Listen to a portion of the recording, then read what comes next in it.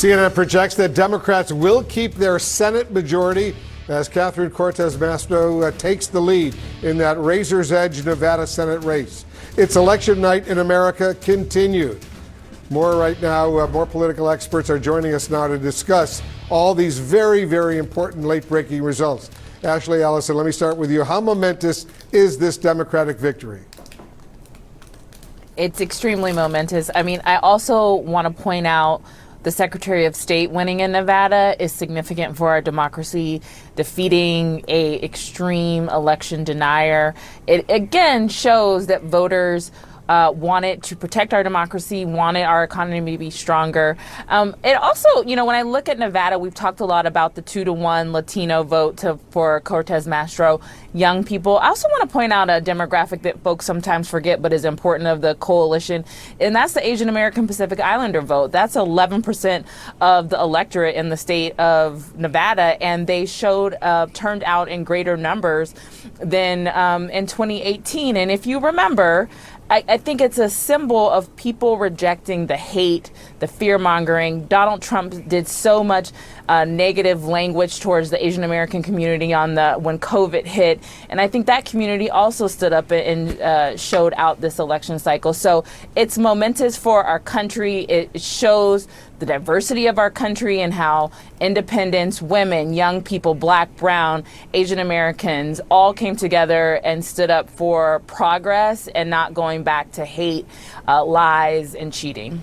A very impressive win for the Democrats in the United States Senate. Scott Jennings, moments after the latest Nevada results were officially announced, Senator Josh Hawley, a Republican, tweeted this.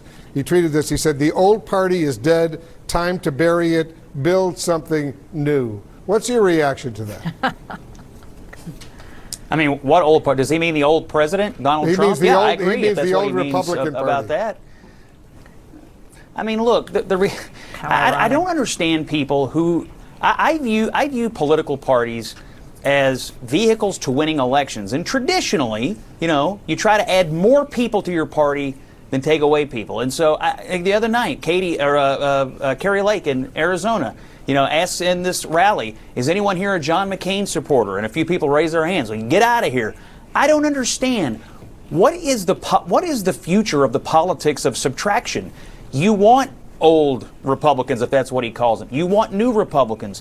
You want some of new Hispanic voters that have come over to the party. You want new working class voters. You want any voter you can get to vote for the Republican Party. I don't understand people who are hell-bent on making a smaller party. I don't get it. The wages of that are losing. But, Wolf, I will say, there are people, I think, that don't view Republican politics or politics at all as a vehicle to winning and governing. They view it as a vehicle to something else, and I just disagree. I think parties exist to do one thing: win elections, and to do it, you got to have more, not less. Yeah, that's a good point. You know, Kristen, what kind of shakeups do you predict might actually happen within the Republican Party as a result of these Democratic victories? Well, it's hard to know how they'll resolve themselves, but what I imagine is that on the one hand, you've got folks that would like to see the party turn the page. They would like to see the party nominate someone besides Donald Trump in 2024, and they are going and they're collecting all of the evidence that shows that being sort of tied to Donald Trump or his brand of politics, being someone who goes out and focuses on the 2020 election and says that it was rigged, that's a failing brand of politics. But at the same time, I guarantee you there are folks, part of the House Freedom Caucus, for instance, who are going out, and I'm sure they're collecting as much data as they can, saying, look, Republican base voters were depressed in this district, in this district, in this district, and if only we had turned out our base, we would be fine. And that's a debate that raged within the Republican Party 10 years ago when Mitt Romney lost the presidency. You had the GOP autopsy. You had everybody trying to figure out what to do next. What's different this time is there is a clear model for what Republicans can do next. And it's in these places where you had split ticket results or where you had Republicans winning by double-digit margins in the types of states that just 2 years ago were pretty purple. That's the model. There's not a mystery for what Republicans need to do moving forward. The question is, will the party be able to unite around that kind of vision, or will division reign as we move forward? I'm anxious, Hillary Rosen, to get your thoughts on how this huge Democratic win, maintaining the majority in the United States Senate, will impact, if you think it will at all, impact President Biden's decision whether or not to seek re-election. Yeah, I think that the entry into the race next week of Donald Trump will have a significant impact on President Biden's decision. Look, you know, there's an odd rivalry between the two of them, obviously, from leftover from prior to 2020. That's one of the reasons that Joe Biden ran for president, was to try and stop the divisive politics that Donald Trump espoused. I think he will look at how that candidacy is received over the next couple of months. I don't think he's going to make this decision immediately. And I don't think it's going to be based on whether he thinks he can go out on a high or not, or what his legacy is. I mean, his commitment to public service, I think, is real, and I think he will want to do what he thinks is best. I also think he believes that he is the best person to beat Donald Trump. But if Donald Trump's candidacy falls flat and others emerge, then he has, you know, I think he believes he might have more options. But he's clearly going into these next couple of months with, you know, the wind at his back. And as we saw from the exit polls, a majority of Democrats actually think that he should run again. So I think all of those things will factor in for him, as well as, you know, the obvious family issues and his age and other things.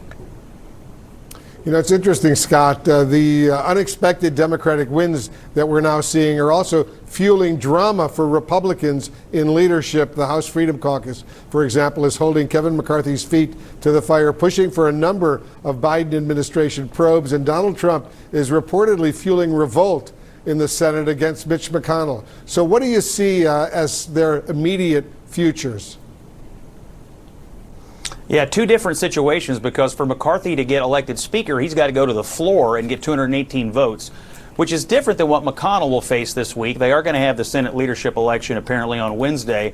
All he has to do is get a majority of the Senate Republican conference. So they've got different situations. McConnell's got an easier path. I suspect some of the people who've been carping about delaying the leadership election in the Senate are doing so for public posturing reasons. And I'm not even sure if anybody's running against Mitch McConnell. I certainly don't think Rick Scott is at this point, given the debacle that he presided over. So I think McCarthy has a more complicated problem, and that is that the Freedom Caucus is asking for a bunch of stuff that he probably doesn't want to do, including a key rules change that would essentially be asking McCarthy to put his head in the guillotine so they can hold the string on any given day. I mean, he's not going to want to do that. No. And how he navigates that, I think, you know, we'll see. And obviously the margin here is going to matter, because it doesn't look like it's going to be very big if the Republicans hold on. Kristen, what do you think? You know, Wolf, there's one quick thing about the Senate, though. Oh, sorry, go ahead, Kristen. Well, what I was going to say on the House is that, in a way, because this margin is likely to be so narrow for Republicans if they take the majority, in some ways, if the Republicans had a 20-seat majority, I almost feel like that might give the Freedom Caucus more leverage, because they're an organized bloc that could hold McCarthy's feet to the fire. If the margin is only 3, 4, 5 seats, you can have blocks of moderates that suddenly can gum up the works as well. And so having that really thin margin increases dramatically the likelihood of chaos, and it may not just be the Freedom Caucus that is able to be a chaos agent in the Republican conference. Hillary, you wanted to make a point. Yeah, first of all, I have to, nobody's really said this yet, but I think that Majority Leader Schumer saying, could we please figure out a way to go forward without the nastiness and ugliness, is a really important point for everybody, because as we know, the 2024 presidential election is going to start next week. And voters are exhausted. They've said their piece. They turned out in big numbers, and they'd like to move on and have actually governing take place. In the Senate, in particular, I think you have a what could be ongoing deadlock, though, for legislating, just like in the House, because that's why the Georgia Senate race is so important. Joe Manchin and Kristen Sinema are up for re-election in 2024, and those two are not going to be thrilled going along with an ongoing Democratic agenda if they believe that that's not in their reelection interests. And so there, is likely to be ongoing kind of gridlock in Congress while this presidential fight plays out in the Republican Party, and while Joe Biden is making his decision for the Democratic side. Yeah, let's not forget, even though the Democrats will be the majority in the Senate, it looks like the Republicans could become the majority in the House of Representatives, and how that all shakes out is still to be determined. All right, guys, thank you very much. Don't go too far away.